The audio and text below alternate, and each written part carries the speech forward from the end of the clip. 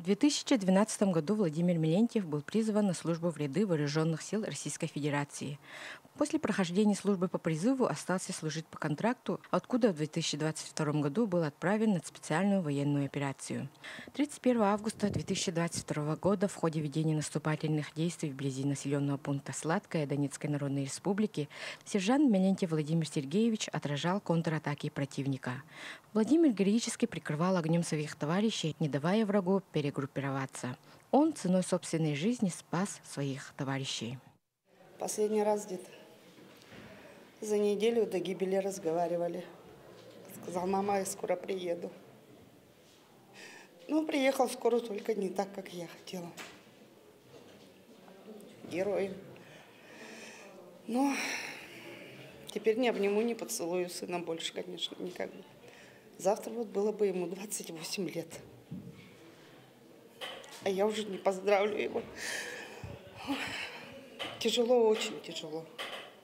Но я все равно рада, что мой сын не оказался трусом. Я горжусь им, хоть и больно. В рамках празднования Дня школы военно-патриотическому клубу «Молот» присвоили имя Владимира Милентьева, выпускника школы, героически погибшего в ходе специальной военной операции, и открыли мемориал, посвященный храброму соотечественнику. С честью и гордостью нести имя Владимира Милентьева. Клянусь! Клянусь! Клянусь! Клянусь! В рамках Дня школы у нас состоялось открытие комплекса военно-патриотического направления.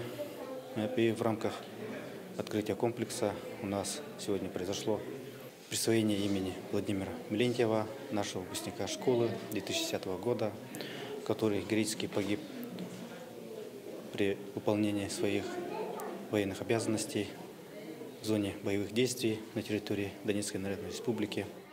За проявленное мужество и отвагу Милентьев Владимир Сергеевич представлен к награждению государственной наградой Орден Мужества.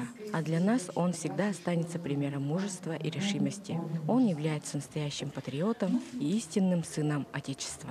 Тамара Сметанина, Илья Лыткин, Амга.